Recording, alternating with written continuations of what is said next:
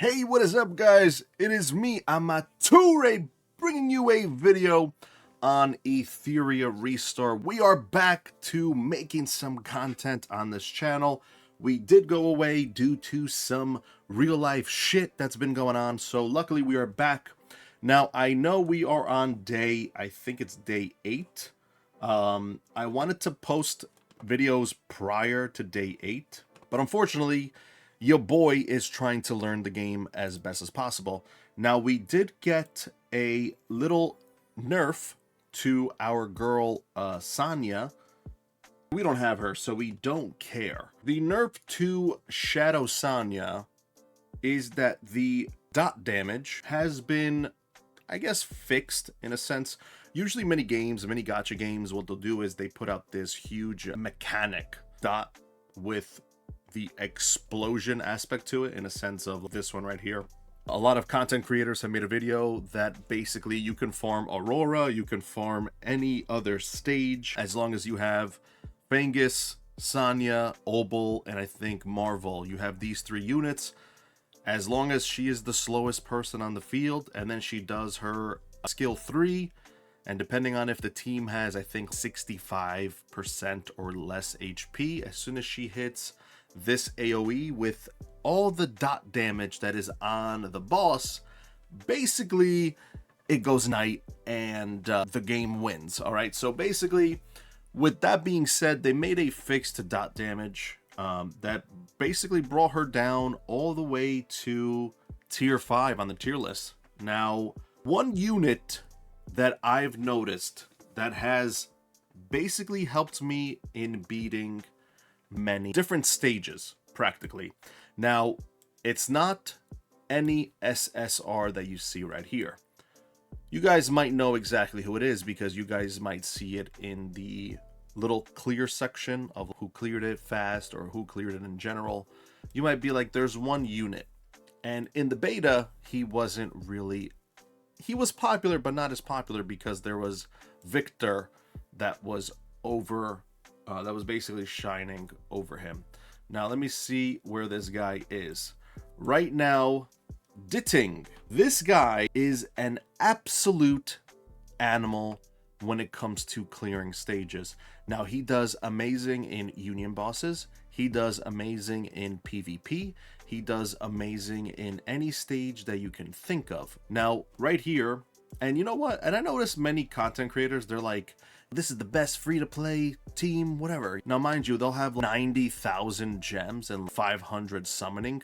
My guy, you're not free to play. All you're saying is use these units as free to play and you are set. No, because once you hit a certain stage, in a sense of shells and modules, you're going to know exactly what it means to be free to play, because it makes a difference on who you have. That's why you see many of these content creators that they'll post, they'll say, this is the best free to play team, you use this one and this one. For example, I'm not saying to use these guys, because for Leanne, you should probably not really invest in her after you do the whole challenge and achievements thing. After you do that, I would reset her because she falls deep.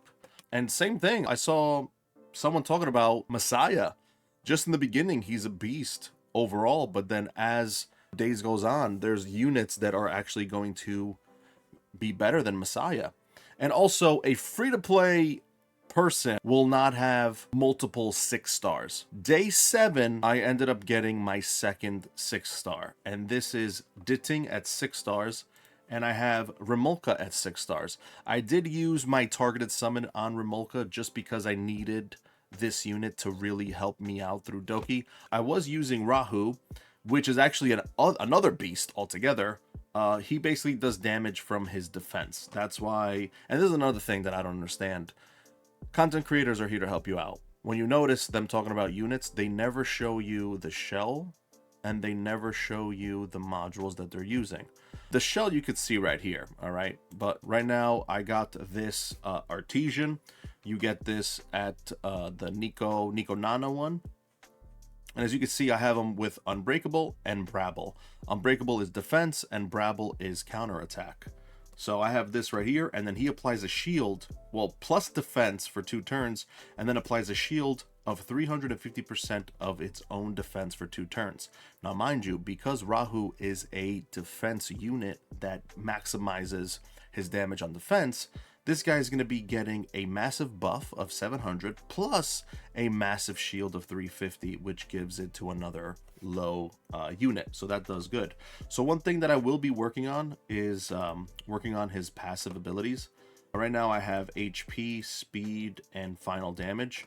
I would like to have basically maybe some speed and then defense on both. Higher defense means more damage. And what I mean by that is, when you read his stats, all right, then deals damage equal to 330% of his own defense to all enemies. So there's that. And then we got the level 2 right here. Then we could increase the Wrath. What's cool about the Wrath is that every time he has a Wrath, there's a percentage of him following up. And when he does follow up, he follows up with a basic attack, which has the chance to reduce the defense by 60%. So look at that. So the best thing that you should do, to be honest altogether, I would probably increase, if you were to use Rahu, for example, I would probably maximize his level 3 to 5 stars and then his level 1 to 5 stars. Now that's something that also a free-to-play person cannot do. You cannot do this for all the SSRs that you have. That's another thing that I want to bring out, because my content, I usually focus on free-to units or free-to-play players and also low spenders. To me, I'm considered more of a free-to-play low spender. I did spend a total of $15 in the game. I got the battle pass, and then I got 2 packs of 99 cents and then $2.99 or whatever it was.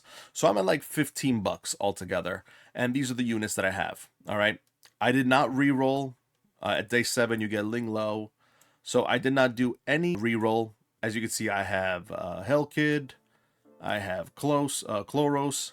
I have Mio, Rosa, Freya. And that's another thing that I don't understand. All right. Many people bash Freya. And a lot of content creators are like, do not summon for Freya. Only use the permanent summon and that's it.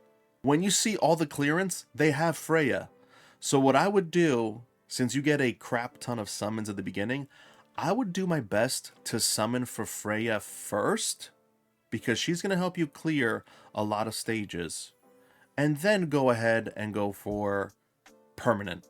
Because I'm telling you right now, she, along other stages, you need her, because she, and also in PvP, she does great. So you definitely want her. But one thing that we want to talk about, because we did start off the video with saying the Sonia Shadow nerf. This is a prediction. We were talking about it in our guild Discord. We're talking about it. And this is usually a thing that you see constantly.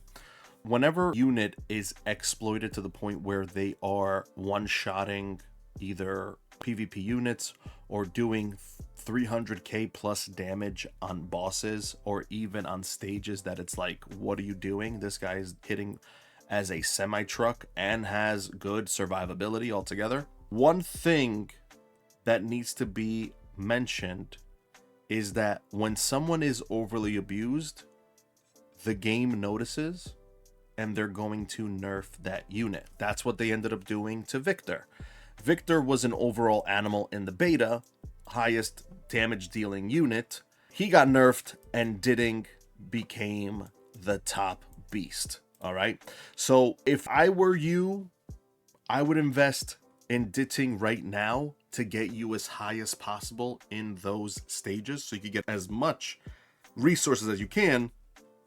And if there is a potential nerf, then you at least have gained X amount of resources and modules and shells that you could put on to other units on the team. In the comment section down below, if you guys need any help with who to 6-star, who should be your targeted summon, depending on who you have, let me know and I will help you guys out. This is why I like to play the game first and then they make videos, because if I just jump into a game and I'm like, yo, Leanne is good, invest in her all the time, and you're not investing in her. So, you know what I mean?